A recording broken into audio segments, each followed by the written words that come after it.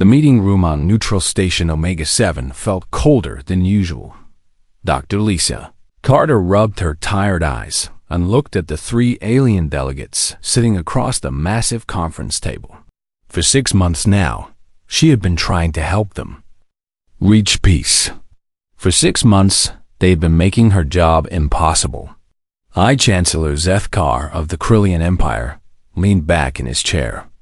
His gray skin looked almost silver under the bright lights. His forearms were crossed, and his black eyes showed no emotion. "The Etherian scum must give up the Vega colonies," he said in his deep voice. "This is not open for discussion." "Ambassador!" Valthara of the Etherian Collective tilted her head. Her pale blue skin seemed to glow softly. Her large oval eyes stared at Zethkar with obvious dislike.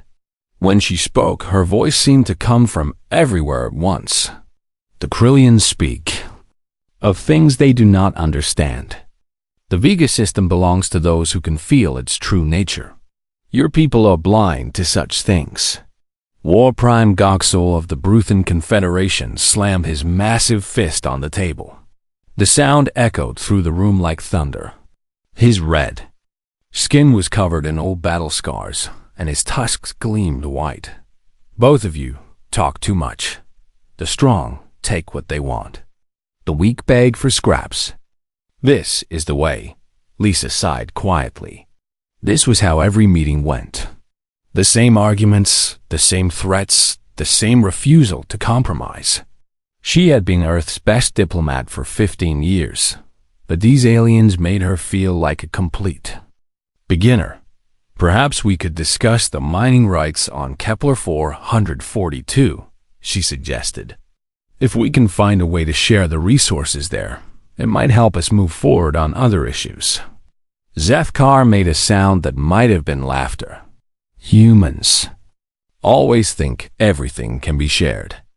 How naive, how perfectly, beautifully naive." Valthara's voice filled the room again. "The young species speaks of sharing, but she does not understand the deeper currents of power. Some things cannot be divided," Goxel grunted. "The small human thinks like prey, always looking for the middle ground, always afraid to fight." Lisa felt her face grow hot, but she kept her voice calm. "I think we all want to avoid unnecessary conflict. The galaxy is big enough for everyone." The 3 aliens exchanged glances. For a moment, Lisa thought she saw something pass between them, some kind of understanding that did not include her. Admiral Jake Morrison's voice came through her earpiece. "Lisa, we need to talk. Now." She stood up from the table. "Ladies and gentlemen, I think we should take a short break. Perhaps some time to reflect would be helpful." As she walked toward the door, she heard Goxel say something to the others in his own language. They all laughed. The sound followed her into the hallway. Jake was waiting for her in the small human section of the station. His weathered face looked grim. Next to him stood Commander Amy Brooks, the head of Human Intelligence Operations. Amy's expression was even more serious than usual. "What's wrong?" Lisa asked.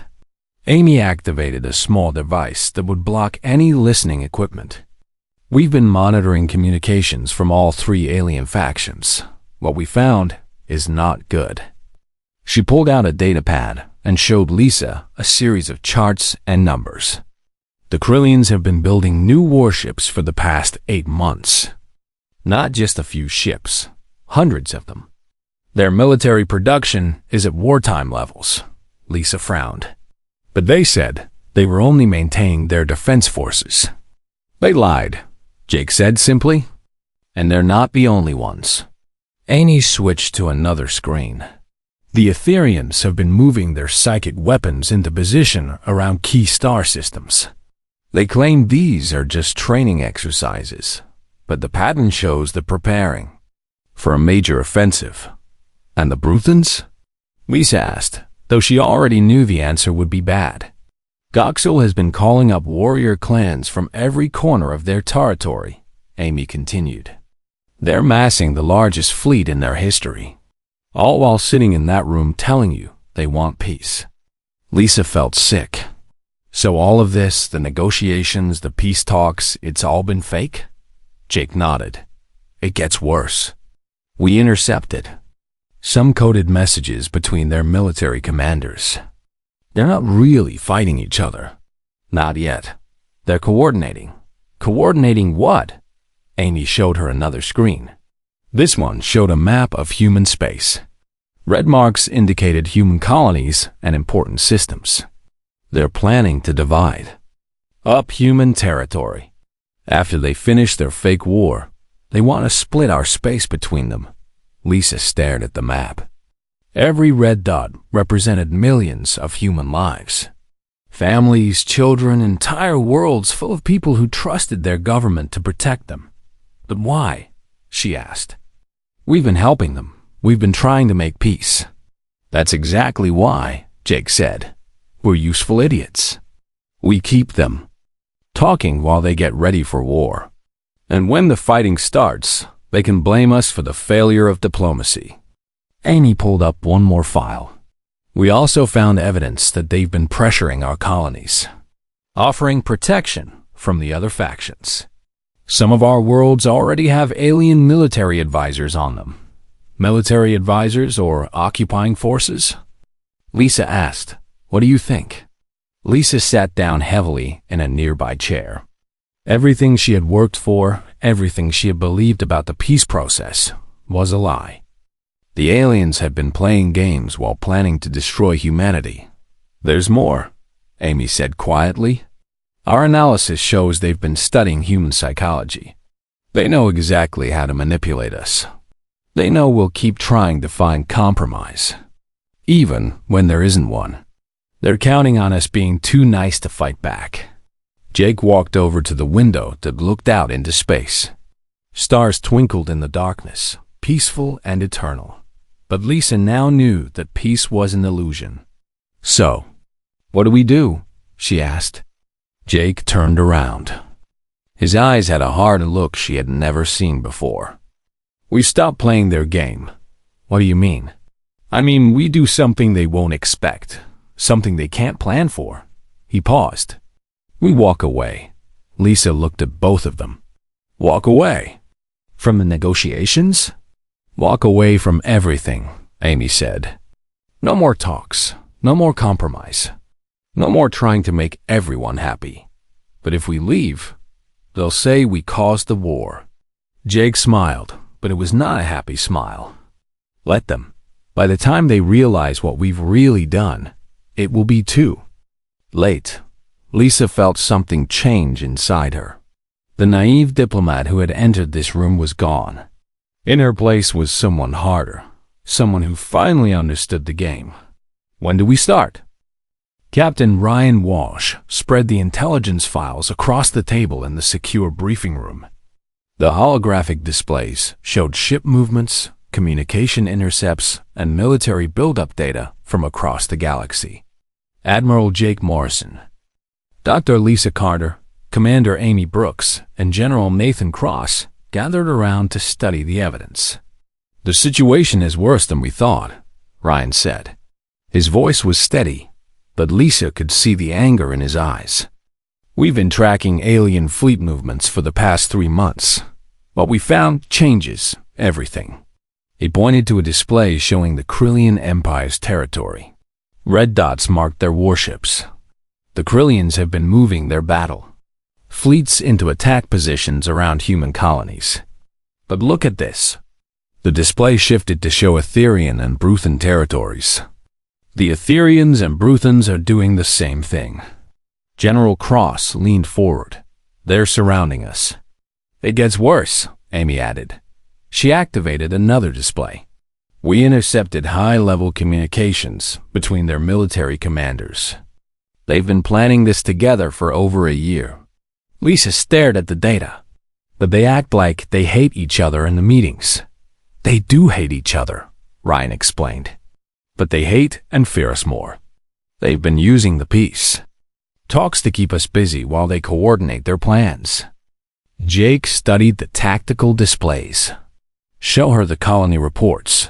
Amy pulled up a new set of files. 17 human colonies now have alien peacekeepers on them. The aliens claim they're protecting these worlds from the other factions. But look at what they're really doing. The files show detailed reports from human colonial governors. Alien forces were taking control of spaceports, communication centers, and government buildings. They were restricting human movement and monitoring all transmissions. They're occupying our worlds, Lisa whispered. And we've been thanking them for it, General Cross said bitterly. Our own people are grateful for the protection. Ryan switched to another display. Here's the timeline we've reconstructed. The 3 alien powers agreed to divide human space between them 18 months ago. They started the fake territorial disputes to justify military buildup. They invited us to mediate because they knew we'd try to please everyone. While we were trying to make peace, they were preparing for war, Jake said. Amy nodded. Their war against us. Lisa felt sick. Every compromise she had made, every concession she had offered, had been part of their plan. The aliens had studied human psychology and knew exactly how to manipulate their desire for peace. There's more, Ryan continued. We found records of their private discussions about humanity. They call us the useful species. They think we're too weak to fight and too stupid to see what they're doing. He played an audio recording. Zethkar's voice filled the room, speaking in standard galactic language to his military advisors. The humans are perfectly predictable. They will exhaust themselves trying to find solutions that benefit everyone. They cannot conceive of species that do not share their naive ideals. Another voice, female and echoing, joined the conversation. Valthara. Their emotional need for harmony makes them easy to control. They will accept any terms rather than admit failure. A third voice, rough and brutal, laughed loudly. Goxel. When we are ready, we will take their worlds. They will probably apologize for inconveniencing us. The recording ended. The room was silent. Lisa stood up slowly. Her hands were shaking. Not from fear, but from rage. I need to confront them with this evidence. Lisa, wait, Jake began. No, they need to know that we know. 2 hours later, Lisa walked back into the conference room on Neutral Station Omega 7. The 3 alien delegates were already there, continuing their fake arguments about territorial boundaries. They looked up as she entered. Dr. Carter, Zethkar said with false courtesy. We were just discussing possible compromises on the mining rights issue. Perhaps you have some fresh insights. Lisa activated her datapad and placed it on the table. The screen showed the intercepted military communications and fleet movement data. I have some insights, yes, but not about mining rights. The 3 aliens looked at the display. Their expressions changed immediately. Belthara's glowing skin seemed to dim. What is the meaning of this? The meaning is that we know about your coordination, Lisa said calmly. We know about your plans to divide human space. We know about the fake peace talks. We know everything. Zethkar recovered first. He leaned back in his chair and made that sound that might have been laughter. So the naive little humans have been spying. How charmingly predictable. You act as if this changes something, Belthara added. Her voice carried hints of psychic pressure, trying to make Lisa feel confused and uncertain. The discussions continue as before. Goxel grinned, showing his sharp teeth. The small human thinks she has found something important. But nothing has changed. The strong still rule the weak. Lisa looked at each of them in turn. You're right. Nothing has changed. You still think we're weak and naive. You still think we'll keep trying to please you no matter what you do. Because you will, Zethkar said. It is your nature. You cannot help yourselves. You invited us here because you needed someone to blame when your fake peace talks failed, Lisa continued. You thought we'd keep compromising until you were ready to attack. You thought we'd be grateful for your occupation of our colonies. Your colonies are safer under our protection, Valthara said. The galaxy is a dangerous place for young species, especially when older species are planning to destroy them, Lisa replied. Goxel slammed his fist on the table again. Enough talk. What will you do with your little spy information? Run to the Galactic Council? Beg for help from species even weaker than yourselves? Lisa smiled. It was not a pleasant smile. Actually, we're going to do something you didn't plan for. Something your psychological studies didn't predict. And what is that? Zethkar asked with obvious amusement. We're going to stop playing your game entirely. The three aliens exchanged glances. For the first time since Lisa had known them, they looked uncertain. What do you mean? Valthara asked. Lisa stood up and began gathering her materials. I mean that as of right now, humanity is withdrawing from all peace negotiations. We're done trying to make you happy. We're done compromising with liars and manipulators. We're done pretending this was ever about peace. Zethkar's amusement faded. You cannot simply leave. The negotiations are not complete. Watch us, Lisa said. She walked toward the door, then stopped and turned back. Oh, and one more thing. You might want to reconsider your plans. You've been so busy studying human psychology that you forgot to study human history. We're much better at war than you think.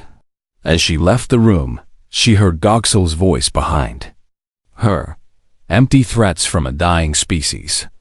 But Lisa noticed that none of them were laughing anymore. In the hallway, Jake was waiting for her with a communication device. How did it go? They still think we're bluffing, Lisa said. They can't believe we'd actually walk away. Jake activated the device. All human vessels and personnel, this is Admiral Morrison. Operation Silent Departure is now active. All units are to withdraw immediately from joint operations and return to designated rally points. Maintain communication silence until further notice. Lisa watched through a window as human ships began leaving the station.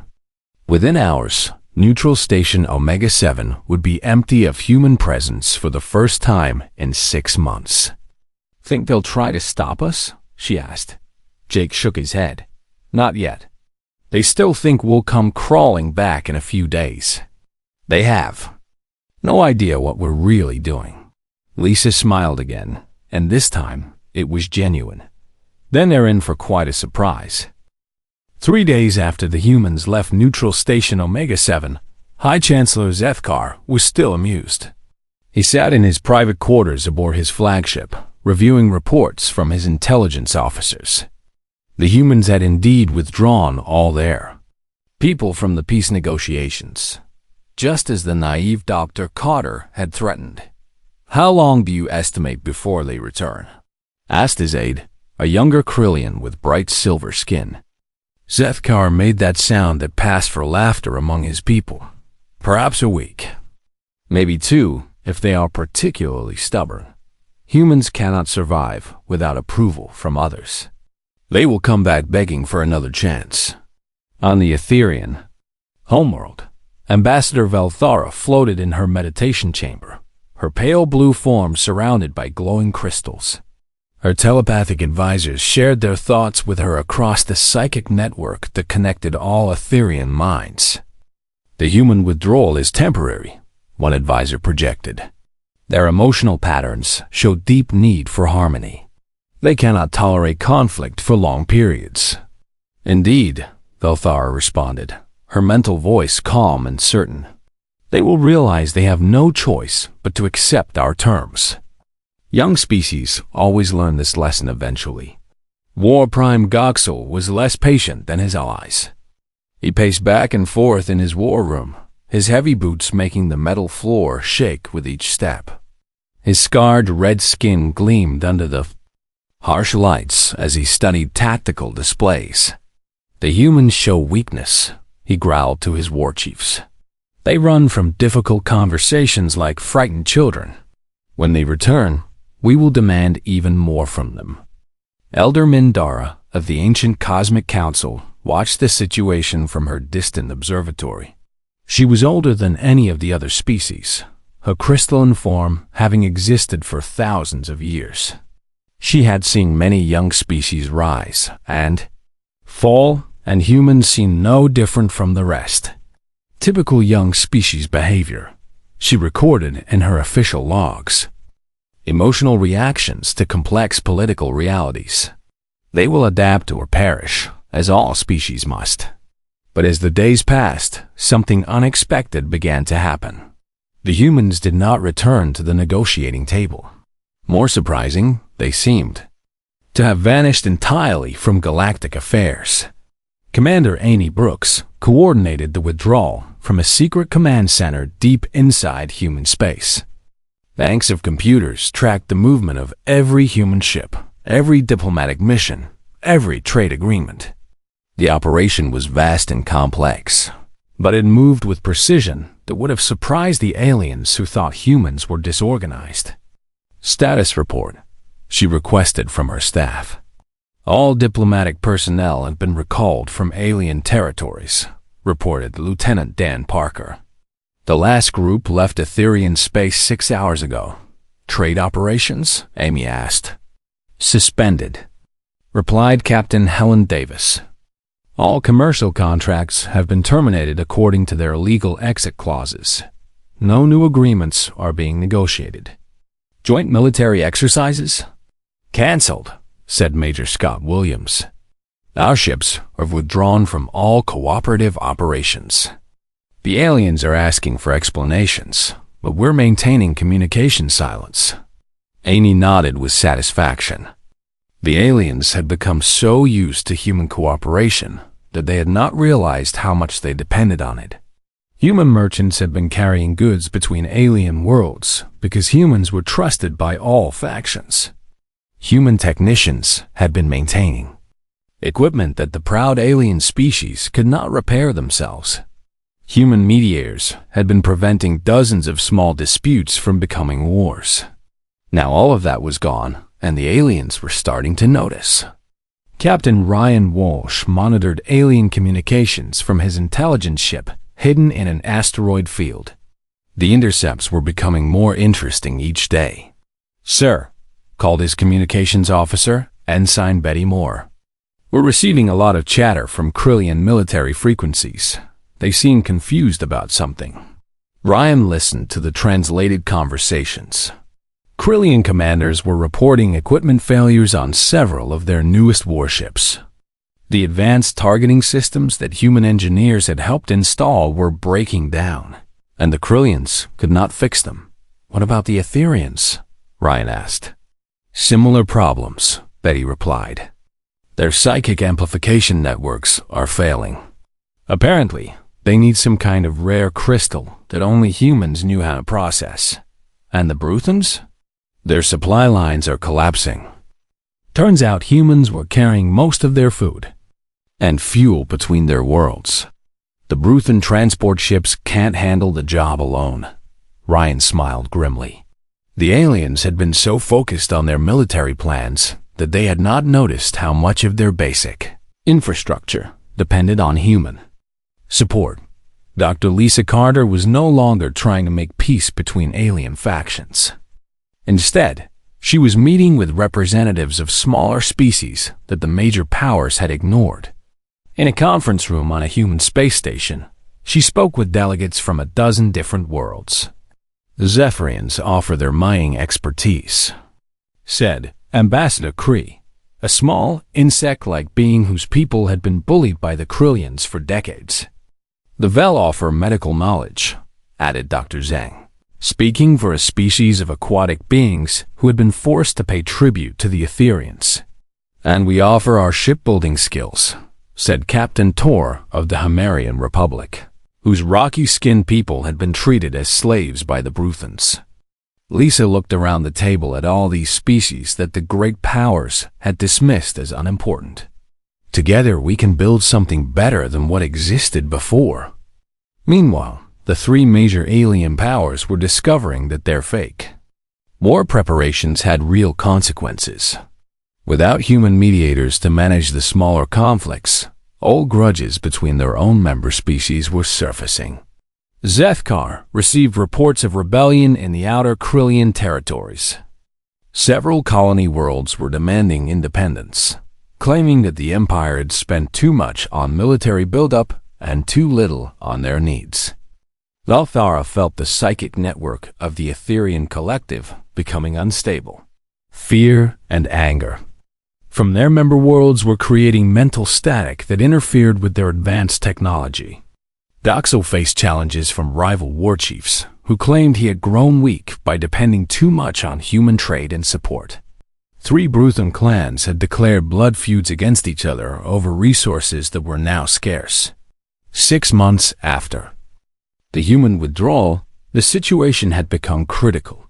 The 3 alien powers found themselves dealing with internal rebellions, failing technology, and collapsing supply chains. The grand war they had planned against humanity was impossible, when they could barely maintain order in their own territories. High Chancellor Zethkar finally swallowed his pride and sent a message to the human embassy on Earth. The message was carefully worded to sound like a generous offer rather than a desperate plea. The Krillian Empire wishes to clarify certain misunderstandings that may have occurred during recent diplomatic discussions. We are prepared to offer significant concessions in exchange for renewed cooperation. Ambassador Valthora sent a similar message, though hers was filled with psychic overtones designed to make humans feel guilty for abandoning their responsibilities. War Prime Goxel's message was more direct. The Bruthans demand immediate talks. The humans will return to negotiations or face consequences. All 3 messages were received at the same human facility on Earth. The responses were identical and brief. Humanity appreciates your interest in renewed contact. However, we are currently focused on other priorities. We will consider future discussions when circumstances are more favorable. The aliens had expected humans to be grateful for any chance to resume talks. Instead, they found themselves being politely ignored. For the first time in their long histories, the great powers of the galaxy were learning what it felt like to be dismissed as unimportant. In her office on Earth, Lisa Carter read the alien messages with satisfaction. Admiral Morrison stood beside her, looking out at the stars. "Think they're starting to understand?" he asked. "Not yet," Lisa replied, "but they will. When their civilizations finish collapsing, they'll finally realize what they lost when they decided to betray us." Jake nodded. "And by then, it will be too late for them to go back to the old ways." "The galaxy is changing," Lisa said. "And for the first time in a long time, it's changing for the better." Outside the window, human ships moved between the stars, carrying supplies to refugee camps and building materials to new colonies. The galaxy's former masters were learning that the species they had planned to destroy was now their only hope for survival. 1 year after the humans abandoned the peace talks, the galaxy was burning. High Chancellor Zethkar stood on the bridge of his flagship, watching explosions light up the darkness of space. Bruthan warships tore through his defensive lines while Etherian psychic weapons turned his crew members into screaming madmen. This was not how the war was supposed to go. The 3 alien powers had planned to divide human space between them after a quick, controlled conflict. Instead, they had been fighting each other for months in a brutal war that none of them could win. "Report," Zethkar ordered his tactical officer. "We have lost 40% of our fleet, Chancellor," the officer replied, his forearms shaking. As he read the data, "The Bruthans have broken through our lines at Sector 7. The Etherians are advancing on our supply bases." Zethkar closed his black eyes. When the humans had withdrawn from galactic affairs, he had expected his enemies to fall in line. Instead, old hatreds had exploded into open warfare. Without human mediators to manage disputes, every small disagreement had become a battle. Across the galaxy, Ambassador Velthara floated in the ruins of what had once been the Etherian Collective's most important psychic amplification station. Bruthan raiders had destroyed the facility 3 days ago, severing the mental links that connected millions of Etherian minds. The silence in her head was overwhelming. For the first time in her life, Velthara could not feel the thoughts and emotions of her people. The psychic network that had made the Etherians powerful was falling apart, system by system. "How many stations have we lost?" she asked her aide. 17 major facilities and 43 minor ones, came the reply. The humans used to maintain the quantum crystals that powered our network. Without them, the system is breaking down on its own. Velthara felt something she had never experienced before. True desperation. The Etherians had always believed their psychic abilities made them superior to other species. But those abilities depended on technology that only humans knew how to repair. War Prime Goxel was having his own problems. He sat in his command bunker on the Bruthan homeworld, reading reports from his scattered fleets. Half of his war chiefs had turned against him, claiming he had made the Bruthans weak by depending on human trade. The Red Claw clan has declared blood feud against the Iron Tooth clan, reported his aide, a young Bruthan warrior with fresh scars across his red skin. They are fighting over the Vortex system mining rights. And the Storm Fang clan? Goxel asked. They refuse to support either side. They say both clans are traitors for fighting when the Confederation needs unity. Goxel slammed his massive fist on the table, cracking the metal surface. When the humans had left, he had expected to show strength by taking what he wanted through force. Instead, the Bruthan Confederation was tearing itself apart in civil war. The fighting had been going on for 6 months, and none of the 3 powers were winning. Worse, their economies were collapsing. The humans had been quietly managing trade routes, maintaining equipment, and preventing the small conflicts that now raged across the galaxy. Dr. Lisa Carter received the first desperate message on a Tuesday morning. She was in her office on Earth, reviewing reports from human colonies that were taking in refugees from the alien war zones. The message came through diplomatic channels that had been silent for months. Dr. Carter, the message began. This is High Chancellor Zethkar of the Krillian Empire. I wish to discuss matters of mutual interest. Perhaps we were too hasty in our previous discussions. The Krillian Empire is prepared to offer significant concessions in exchange for renewed human participation in galactic affairs, Lisa showed. The message to Admiral Jake Morrison when he arrived for their regular meeting. Jake read it and laughed, but there was no humor in the sound. Significant concessions, he repeated. 6 months ago, they were planning to divide our space between them. Now they want to negotiate. It gets better, Lisa said, showing him 2 more messages. Velthara and Goxel sent similar requests. They all want to talk, but none of them want to admit they made a mistake. The second wave of messages arrived the following week. These were more desperate, though still written as if the aliens were doing humans a favor by offering to talk. Commander Amy Brooks brought Lisa a detailed analysis of the alien situation. The intelligence reports painted a picture of complete civilizational collapse. The Krillian Empire has lost control of 30% of its territory, Amy reported. Rebel groups are declaring independence on dozens of worlds. Their military is stretched too thin to respond to all the uprisings. What about the Etherians? Worse, their psychic network is failing faster than they can repair it. Without the network, they can't coordinate their government or military. Some of their colonies don't even know there's a war going on. And the Bruthans? Amy smiled grimly. They're doing what Bruthans do best, fighting each other. At least 12 different factions are claiming to be the true leaders of the Confederation. They've stopped attacking the other powers because they're too busy fighting themselves. Lisa studied the reports. The three mighty civilizations that had planned to destroy humanity were destroying themselves instead. But she felt no satisfaction from their suffering. Billions of innocent beings were dying in wars that served no purpose. There's something else, Amy continued. We've been monitoring communications from smaller species throughout the galaxy. Many of them are asking for human help. Lisa was not surprised. The Zephyrians, the Vel, the Homerians, and dozens of other species had been oppressed by the major powers for centuries.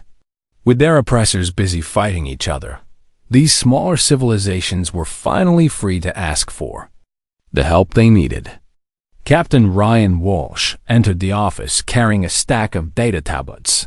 The refugee situation is getting worse, he reported. We have 17 million beings from various species in our protection camps. They're fleeing the war zones and asking for sanctuary in human space. How are our resources holding up? Jake asked. Better than expected. It turns out that helping refugees is cheaper than fighting wars, and many of them are bringing valuable skills and knowledge. Lisa looked at the reports and made a decision that would have seemed impossible a year ago. Send messages to all 3 alien leaders. Tell them I'm willing to meet with them, but not to resume the old negotiations. What kind of meeting? Jake asked. A surrender conference. I want them to understand that the galaxy has changed. The old ways are gone forever. 3 weeks later, Lisa sat in the same conference room where the peace talks had begun more than a year ago. But everything was different now. The room was on a human space station, not a neutral facility. Lisa was not alone. She was accompanied by representatives from 20 smaller species that had joined the new Human Protection Alliance. High Chancellor Zethkar looked terrible. His gray skin had turned almost white, and his forearms shook with exhaustion. His empire was falling apart, and everyone could see it in his appearance. Ambassador Valthar's blue glow had faded to almost nothing. Without the psychic network to support her, she seemed small and fragile. The confident superiority she had, once projected, was gone. War Prime Goxel had fresh scars across his face and arms. His own warriors had tried to kill him twice in the past month. The mighty Bruthan warlord now looked like what he really was, a tired old soldier fighting a war he could not win. Thank you for agreeing to meet with us, Zethkar began, his voice humble in a way Lisa had never heard before. We are prepared to discuss new arrangements, Valthar added, though her mental voice was weak and uncertain. Goxel said nothing. He just stared at the table with defeated eyes. Lisa looked at the 3 beings who had once planned to destroy her species. A year ago, they had been the masters of the galaxy, confident in their power and certain of their superiority. Now they were broken leaders of dying civilizations, begging for help from the species they had tried to betray. Before we begin, Lisa said calmly, I want you to understand something. This is not a negotiation. This is not about finding compromise or middle ground. This is about the terms under which you will be allowed to participate in the new Galactic order. The 3 aliens looked up at her with expressions of shock and fear. The galaxy has changed, Lisa continued. You are no longer in control. The question is whether you want to be part of the solution, or whether you prefer to continue watching your civilizations destroy themselves. For the first time in their long histories, the great powers of the galaxy had to face a simple truth. They were no longer great, and they were no longer in power. The humans they had planned to destroy were now their only hope for survival.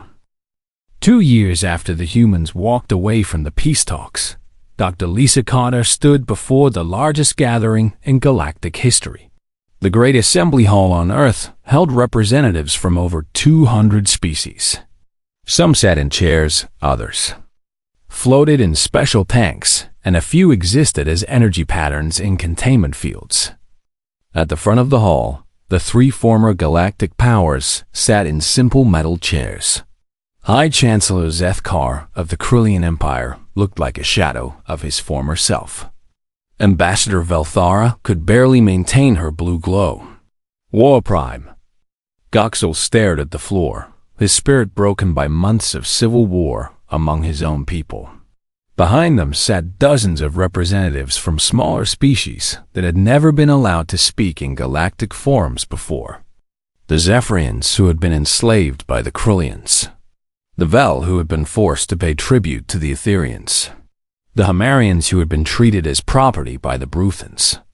Admiral Jake Morrison opened the session. We are here to establish the new Galactic Compact. This document will replace all previous treaties and agreements. It will set the rules for how civilized species interact with each other. Lisa stepped forward to address the assembly. Her voice was calm but firm. The old system failed because it was based on the idea that might makes right.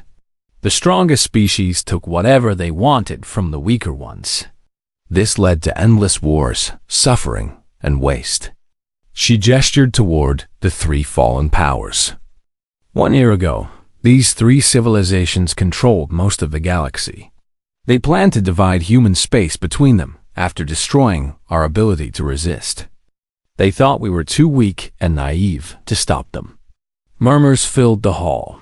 Many of the smaller species had not known the full extent of the conspiracy against humanity. They were wrong about our weakness, Lisa continued. But they were right about one thing. We are different from them. We believe that cooperation is stronger than conquest. We believe that diversity makes us stronger, not weaker.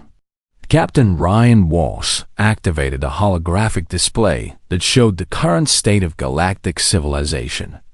Red areas marked regions, still suffering from war and chaos. Blue areas showed zones of peace and prosperity under human protection. In the past 2 years, the Human Protection Alliance has grown from a handful of species to over 150 civilizations. Ryan reported. We have stopped 17 wars, established trade routes that benefit everyone, and created refugee camps that have saved millions of lives. The display showed the contrast clearly. Areas under human influence were thriving, while the territories of the former great powers were still burning with conflict. General Nathan Cross stepped forward. The old powers want to rejoin galactic civilization. But they must understand that the galaxy has changed. There are new rules now. He read from a document that would become known as the Earth Charter. First, no species may attack or conquer another species. All disputes will be resolved through mediation. Zethkar shifted uncomfortably in his chair. The Krillian Empire had been built on conquest. Second, all species have equal rights regardless of their size, technology, or military power. No species may be enslaved, oppressed, or forced to pay tribute to another. Velthara's glow flickered with distress.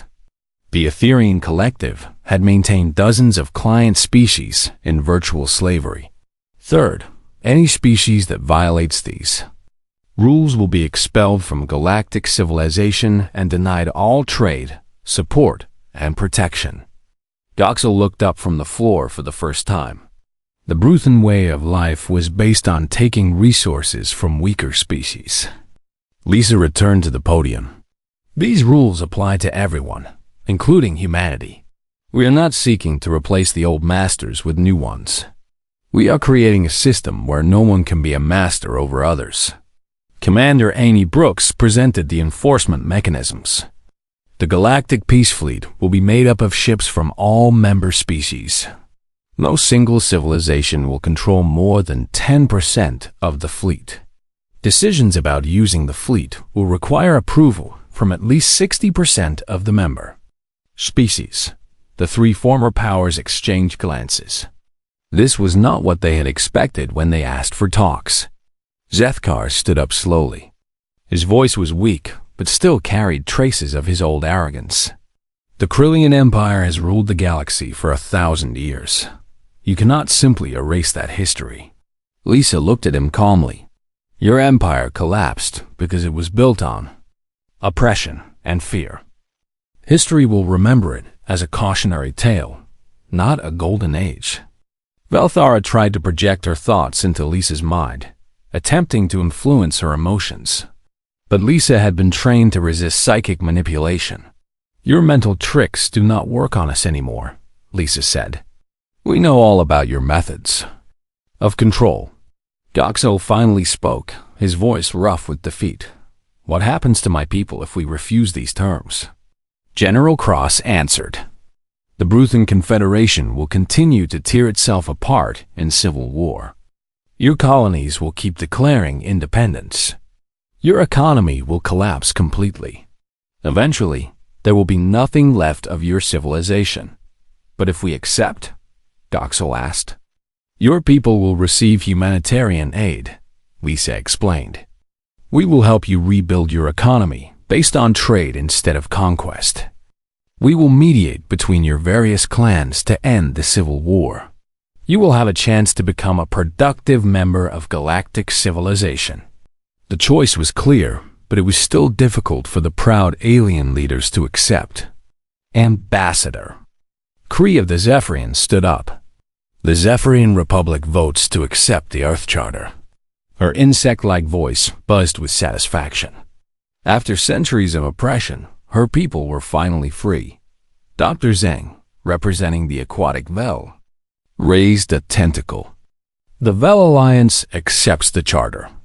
Captain Tor of the Hammerians slammed his rocky fist on his desk. "The Hammerian Republic accepts." One by one, the smaller species voted to join the new order. Some had been enemies of each other for centuries, but they all shared one thing. They were tired of being victims of the great powers. Finally, it was time for the former masters to choose. Zethkar looked around the hall at all the species that had once feared the Krillian Empire. Now they were deciding his people's fate. "The Krillian Empire accepts the Earth Charter." Velthar's voice was barely a whisper. "The Etherian Collective accepts." Goxel was silent for a long moment. Then he nodded. "The Bruthan Confederation accepts." The hall erupted in cheers from dozens of different species. For the first time in galactic history, the strong and weak would live under the same laws. 6 months later, Lisa stood in her office on Earth, looking out at the construction of the new Galactic Council building. Ships from hundreds of worlds brought materials and workers to create a structure that would represent all species equally. Jake entered the office with the latest reports. "The Krillian Civil War is over. The new democratic government has signed the charter officially. What about the Etherians?" "They're adapting. Without their psychic network controlling everything, their individual colonies are learning to govern themselves. Some are even asking for human advisors." "And the Bruthans?" Jake smiled. Goxel stepped down as War Prime. "The clans elected a new leader who wants to focus on trade instead of warfare. They're asking for help setting up mining partnerships with other species." Lisa nodded with satisfaction. "Any word from the old Galactic Council?" "Elder Mandara sent a message. She wants to meet with you." "What does she want?" "To apologize. She said she never imagined that the young species would reshape galactic civilization so completely." Lisa looked out at the stars, where human ships worked alongside vessels from dozens of other species. The galaxy was still healing from centuries of oppression and war, but it was finally moving in the right direction. Captain Ryan Walsh entered with the final report of the day. "The refugee camps are closing down. Most of the displaced populations have found new homes or returned to their rebuilt worlds." "How many species are in the Alliance now?" Lisa asked. 217, with more asking to join every week. Lisa smiled. 2 years ago, humanity had been seen as a weak species suitable only for manipulation and eventual conquest. Now they were the coordinators of the largest peaceful alliance in galactic history. The aliens had been right about one thing. Humans were different. They did believe in cooperation over conquest, and diversity over domination. But the aliens had been wrong about what that meant. They had thought human kindness was weakness. They had thought human diplomacy was naivety. They had thought human desire for peace was fear of war. Instead, humanity had proven that sometimes the strongest action is walking away. Sometimes the best way to win a war is to refuse to fight it. And sometimes the most effective negotiation tactic is to stop negotiating entirely. The galaxy had learned a new lesson. Never underestimate a species that chooses to be kind. Because when that kindness is betrayed, the response might be more devastating than any weapon. The humans had not conquered the galaxy through force. They had inherited it through patience, wisdom, and the simple act of treating others with respect. And that, Lisa reflected, was the most human victory of all.